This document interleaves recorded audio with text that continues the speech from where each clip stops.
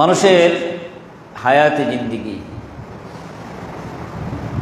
এটা আমরা সকলেই বুঝি যে আমরা কেউ এখানে দুনিয়াতে চিরদিন থাকার জন্য আসি না। আজ থেকে 100 বছর আগে আমাদের কারো নামগন্ধ ছিল না এই পৃথিবীতে, ছিল বলেন?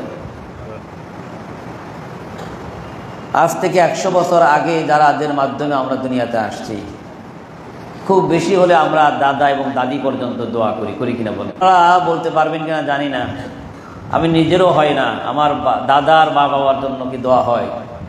কথা বলেন। দাদার মা বাবার জন্য দোয়া হয় না, দাদার দাদি পর্যন্তই দোয়া হয়।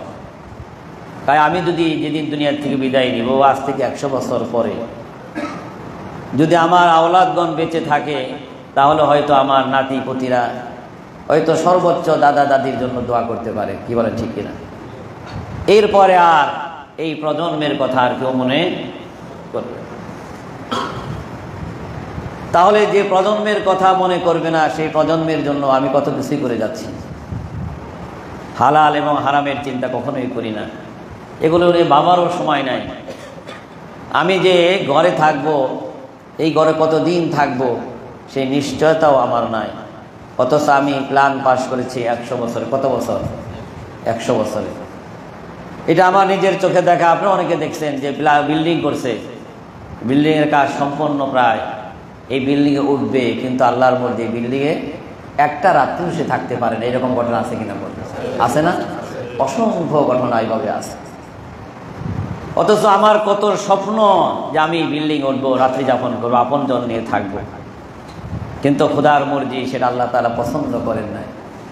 আল্লাহ কারো জন্য জান্নাতের মেহমান বানানোর জন্য আল্লাহ তাআলা কারো জন্য অপেক্ষা করতেছে, জোরে বলেন ঠিক কিনা? আবার কারো জন্য জাহান্নামের আযাব অপেক্ষা করতেছে। সম্মানিত উপস্থিতি, এই জন্য দুনিয়ার সাথে সম্পর্ক যত কম থাকে ততই ভালো আমার জন্য। দুনিয়ার সাথে সম্পর্ক যত আমার বেশি হবে, আমার মৃত্যুর সময় সবচেয়ে বেশি আমারই আফসোস হবে।